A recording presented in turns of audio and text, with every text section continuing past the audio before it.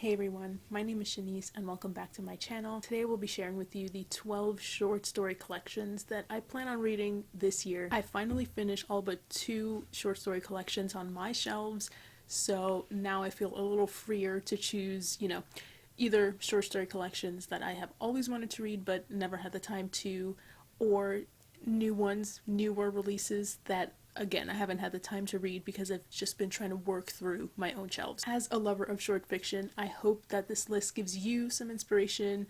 Hopefully you'll see some titles that you've never heard of before. I've tried to include some diversity in terms of language. There are some that were written in English, there were some that have been translated to English, from other languages, just more opportunities to learn about different people, different cultures, different experiences, which is one of the many things that reading provides. So without further ado, here are my 12 short story collections that I plan on reading in 2023. So for the month of January, I actually chose and already read Sana Krasikov's One More Year. This was published in 2009, and I believe, if I remember correctly, there are 12 stories that all center around the immigrant experience. People from, the former Soviet Empire, places like Georgia, Ukraine, Russia, that general area. These stories deal with, of course, immigration, but just generally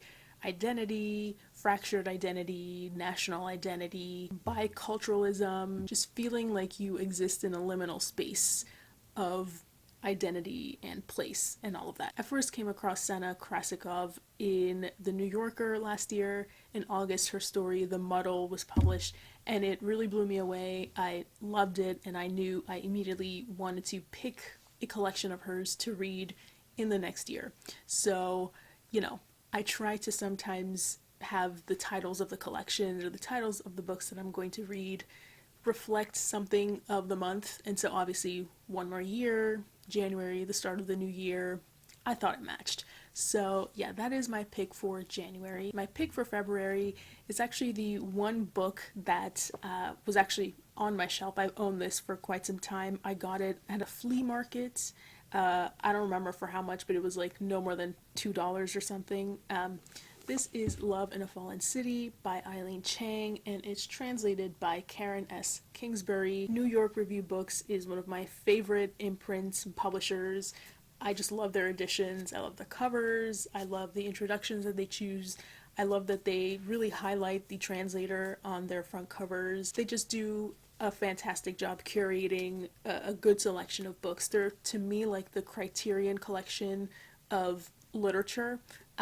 So yeah, definitely recommend any of their titles. This one is about tales of love, longing, and the shifting and endlessly treacherous shoals of family life. Written when Chang was still in her 20s, these extraordinary stories combine an unsettled, probing, utterly contemporary sensibility, keenly alert to sexual politics and psychological ambiguity, with an intense lyricism that echoes the classics of Chinese literature. This includes 6 stories that are they're short stories, but they're quite long short stories. I'm not going to read these as fast as I would One More Year, of course, but I really look forward to reading this. I haven't really heard anyone talk about Eileen Chang, but I see that Jeffrey Eugenides on the back left a blurb, and I really like Jeffrey Eugenides and his writing, so I am going to trust him. And then for March, I'm taking a bit of a break from the very intense fiction to Miranda July's No One Belongs Here More Than You, which is supposed to be much quirkier, has a lot of awkward characters. It tells stories of ordinary people doing extraordinary things, with a lot of compassion. I know Miranda July more as a filmmaker. She directed and wrote Kajillionaire from a couple of years ago, as well as Me and You and Everyone We Know. I remember Kat from Paperback Dreams reviewing this. She read this, I want to say in 2020, and she didn't really like it because the stories were too short. But again, maybe I will like the break from like the longer stories of Eileen Chang. Maybe I'll be in a mood to want to read much shorter pieces. So we'll see how this goes, but I'm very excited to read just a little bit more comedy in my reading choices. For April, I've chosen one of my most anticipated reads of the year, all around, not just short story collections, but just fiction, everything. It's Afterparties by Anthony Viasna. And so these stories in this collection, they deal with the Cambodian American experience, characters dealing with the trauma, either inherited or firsthand from the Khmer Rouge genocide. From what I see online, they're supposed to be really unflinchingly honest and a little comedic, yes, a little dramatic, very serious, because the subject matter, of course, is going to be serious if you're talking about a genocide, but also about love and finding yourself and reconciling with who you are versus who you dreamt you would be.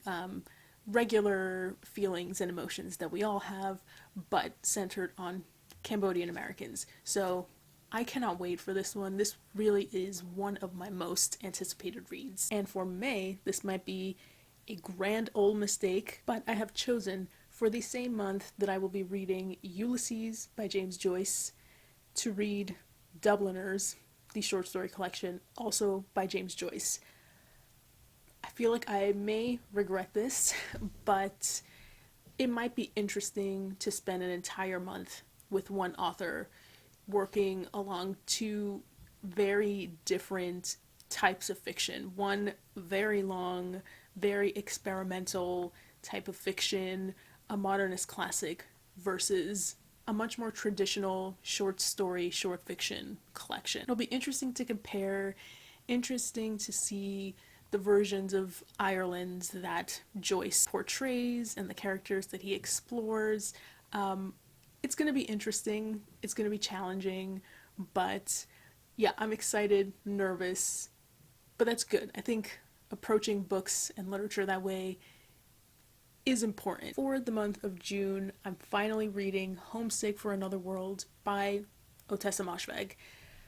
If you've seen my other video, my most popular video so far, which I will link above, I have already read all of her long-form fiction. So I've read all of her novels, Eileen, McGlue, My Year of Rest and Relaxation. Yes, I've read them all.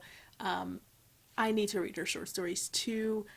I just love the atmosphere of a Moshfegh book. Eerie, weird, unsettling, kind of funny in a very dark way.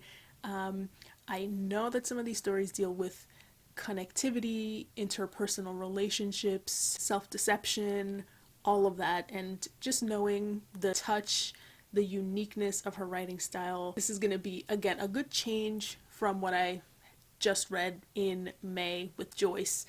Just switching it up in terms of genre, in terms of tone, hopefully. And I'm just really excited to really say that I have read all of Ottessa Moshfegh's work. And for my birthday month of July, I'm choosing maybe the most recommended short story collection that I've had. I think all of my professors in my master's recommended this one and this writer and this specific collection.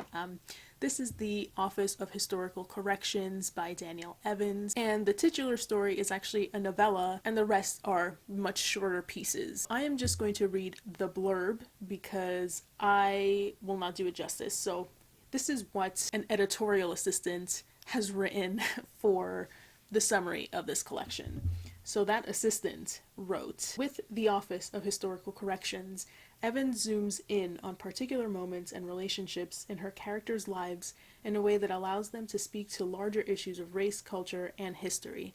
She introduces us to Black and multiracial characters who are experiencing the universal confusions of lust and love and getting walloped by grief, all while exploring how history haunts us personally and collectively.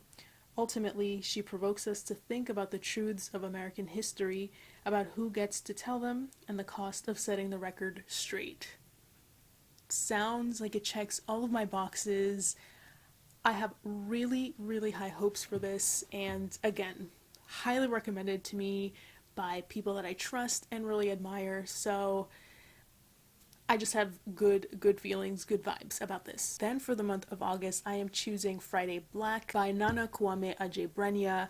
I have read the story The Era, which I found in the Best American Short Story book from, I want to say 2021, or maybe 2020. No, it has to be 2021 or something. I will put it on the screen somewhere if I'm wrong. But it was just really, really fantastic. It was a little bit of sci-fi, kind of fabulous. It takes place in an alternative world, and so I wanted to have a short story collection that reflects those more genre specific categories, and I already know that I really like this writing style. When I see this title on my TBR list, I just feel like energy is the best way to describe this. Something fresh, something new, and I think it's gonna just have a lot of important things to say and just be refreshing. Yeah, I have high hopes for this one. If you know anything about Mary Gateskill, then you'll know she's unafraid to tackle very complex and challenging, controversial topics. But that entices me, that attracts me to a writer, someone who just isn't afraid. So, for the month of September, I am choosing, of course, Bad Behavior by Mary Gateskill. Most famously, the short story Secretary is in this collection. There was a movie starring Maggie Gyllenhaal that was based on that short story. Obviously, that one deals with BDSM and erotica and that kind of world. I'm looking forward to more of that sharp language that Gateskill is really known for. And this is just one of the most celebrated collections of all time. I feel like I'm missing something as a short story writer and just a fiction lover and just someone who likes reading short stories by not having read this yet.